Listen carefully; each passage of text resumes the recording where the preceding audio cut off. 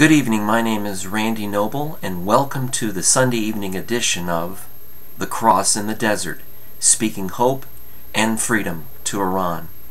It's a pleasure to be with you on this Sunday evening, and I hope that you've had a good week. In just 2 days, it will officially be Christmas, and so I want to wish all of my friends in Iran a very, very Merry Christmas. On my Facebook page, I had the following quote: "On Christmas Day, over 2,000 years ago, a Savior was born. Jesus, the light of the world and the hope of the world." And that is my prayer to you, that you will know Him this Christmas, that you will make room for Him in your heart. I have just finished the publication of my new book, and this is entitled The Rose of Nowruz, Dreams of Hope and Freedom. And I'm very, very excited about this book. This book, I am praying, will be a voice for hope and freedom for all of my friends in Iran. I want to talk about this book for the next few minutes to you. I may be talking to someone that lives in Iran, that's looking for hope and freedom. I may be talking to someone that's part of a women's rights group or a human rights group that want to know how to get involved in making a difference in the world. Well, you're looking at the right video if that's one of you. Because this book that I'm holding in my hands is about my friends in Iran. God has given me a passion and a love to write about them. And it is my privilege to stand before you this evening and be a voice of hope and a voice of freedom for my friends. My friends in Iran are the most precious friends to me in all the world. And because of my friendship with them, this book was made possible. You may be asking the question, why do you call it The Rose of Nowruz, Dreams of Hope and Freedom? Well, that's a good question, and here's the answer to that. The rose in this story is a symbol of hope. And the word Nowruz literally means new day. So the rose is a symbol of hope for the Persian New Year. When I speak about Nowruz, N-O-W-R-U-Z, I'm talking about every year at the beginning of spring, March 21st, is the official start of the Persian New Year in Iran. And I got the title just meditating on the meaning of the Nowruz celebration. It's a very elaborate celebration where most everything closes down for about 2 weeks. That is, the universities, the banks, etc. And many of my friends will tell me that they are away from class to celebrate, to relax, to enjoy the newness of a new year. The beginning of Nowruz is a time of celebration. And they have a special table called the Hafsin table, where they have all kinds of things arranged on it. Starting with the letter S, that's a symbol of a new beginning, a rebirth, a rejuvenation. And so I thought this would be a very interesting title, because it gives hope, the new year, for a better year for all Iranians. And then I begin to think about, well, I could call it Nowruz, but that's not enough. And I thought of the rose. Well, I begin to think how the rose could play a part in this book. And if you'll look at the cover again, you will see a violin. Now, I have several friends in Iran that are actually concert violinists. They're very good at their craft. And I begin to think, why not write a story about a concert violinist, a woman concert violinist, because my friends, the 3 of them I'm thinking of right now, are violinists. And I thought, let's take this story of a concert violinist who is a quiet, submissive, meek, but talented person who, after watching how the government oppresses her friends, how this concert violinist rises up and becomes the voice of freedom for all of her friends. And I thought, well, how will she go about doing her activism? What will she do that will gain attention and be a voice for them?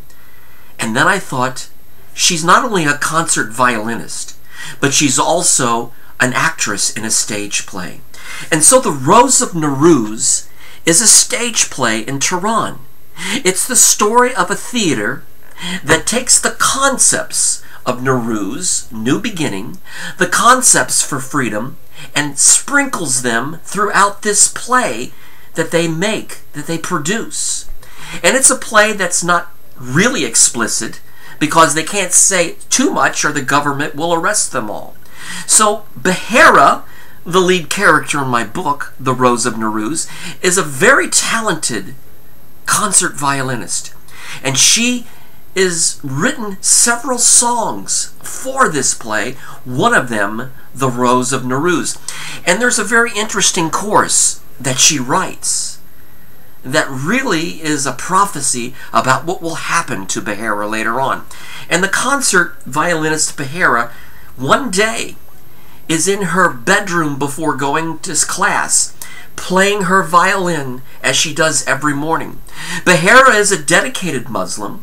She starts the day in the book with prayer, with the performance of the Wudu ritual, and then she does her prayer, and then she goes to practice her violin. And she writes this amazing song, and the chorus of this song goes, "There is a rose that was silenced, that was crushed, but it will grow again. The sun will shine again. You gave us hope, gave us freedom, gave us life. Your life will never end. The rose will live again. The sun is going to shine again. The rose is going to live again." She takes this little chorus, and really what happens as you read the book, Rose takes the stage play as the character and takes it into real life and becomes a voice of freedom for all of her friends. You see, the book is based on the experiences of some of my friends in Iran who have shared their experiences with me as I chatted with them through Facebook. And I've taken their experiences and I have woven this story of Behera around their experiences. So my friends in Iran are very, very much a part of this book. They have told me specifically what happens. One of the central things that happens in this book is what's called the Ghast-e Irshad. The Ghast-e Irshad is the Iranian morality police. They patrol the streets every day in Iran looking for violators of the Islamic dress code. Well, what's that? Well, specifically in my book, I talk about the woman. And the women are really the center of my book. And every woman in Iran has to publicly be veiled. They can't walk publicly without their hijab. Now, they have to walk out in public and their hijab has to be on just right. And they can't have polish on their nails and they can't be showing too much skin. If they are in violation of these things against the Islamic dress code, they can be written up and reprimanded by the Ghast-e Irshad, and or they can be arrested and fined and even in some cases lashed. So I take the practice, the daily practice of the Ghast-e Irshad. And Behera is practicing her violin and singing this song and performing this song that she's written for the stage play, when suddenly her world is shattered. There's noise outside her window and she goes to look and there's a woman screaming, "Leave me alone! Get your hands off of me!" Well, what happens is that she's protesting about what the Ghast-e Irshad is doing to her. And she's saying, "Leave me alone, I don't deserve this." And pretty soon, because they can't control her, these uniformed policemen grab her and drag her to the van. And what happens is there's a few men on the sideline watching this, and they rush toward the Ghast-e Irshad to try to save Behera, or try to save this woman. And immediately the policemen pounce upon them and beat them to death. You see, the Ghast-e Irshad is a real reality in Iran. Well, there are many things that happens in this story, and I won't tell you all of them. I'm hoping and praying you'll read my book. Already I've sent out almost 50 files of my book to my friends in Iran. But I'm trying to get it out also to many Christians, to have the opportunity for human rights groups and women's rights groups to know about how oppressive the government is to my Iranian friends. I have friends in Iran that I've written blogs about that have told me how they hate the government, how they're tired of feeling like caged animals. They don't have the right to speak out and to protest like you and me without being arrested and constantly being in fear.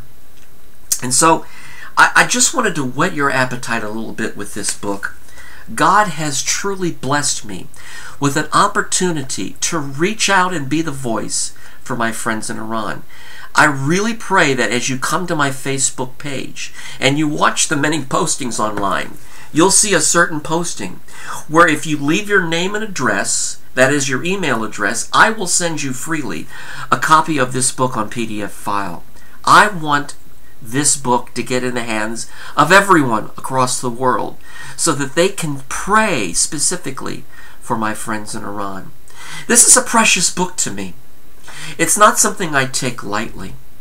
I feel as though God has given me a passion and a love and a calling to speak to my Iranian friends. And I want to say to you, in this book also, I'm not just talking about the government problems and the fear and oppression, but I also, in this book, talk about the beauty and the history of Iran. And so I try to do it balanced because there is so much good in Iran. And so many times we hear so many things about the government problems that we fail to understand there are historical cities. There's a Persian history to Iran that we all can learn something from. And so I try to bring all of these facts out in this book, The Rose of Nowruz, Dreams of Hope and Freedom. What I want to say with this, the last 3 minutes that I have here, is I want to ask you to set aside some time. If you have a prayer group, an intercessory prayer group, no matter what size your church is, just get together one evening, I ask, and spend some time praying, number one, for God to remove the regime that's oppressing my Iranian friends. That God would save many, many Iranians and would open their eyes and heart to the freedom and the hope that is found in Jesus Christ. So I'm asking you to pray for the oppression they're suffering for, to pray for their freedom, to pray for their salvation, to pray for a new day, a free Iran. You see, the name of this book, The Rose of Nowruz, is about a freedom for my Iranian friends, a new beginning for them. And so if you would do that, it would be a blessing to my heart, because this is my goal with this book, to make Christians and people all over the world aware of the fear and oppression that my friends go through. Oftentimes when I chat with them, that's all they ask for me to do, is to pray for them, to remember them in prayer. And this is my passion, and this is my joy to do just that. So I really ask you, as you come to my Facebook page and you see the many postings, and that you would just spend a few seconds at looking over this book and leave your name and leave your email address, and I will be more than happy to send this book freely to you on a PDF file. My goal is awareness again, to make you aware of the struggles my friends go through in Iran. It has been a real pleasure to come to you this evening. I pray that you have an incredible Christmas. I pray the Lord blesses, keeps you safe, and blesses your life. And I really appreciate you spending some time now this evening. If you need to know any more about my ministry, The Cross in the Desert, it's a blog too, The Cross in the Desert at blogspot.com. Or you can come to my Facebook page, Randy L. Noble. And if you want to ask any questions about my books, you just email me at rnoble1065@sbcglobal.net. I want to say God bless you.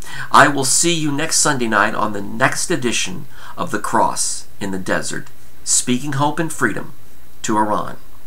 Good night, and God bless you.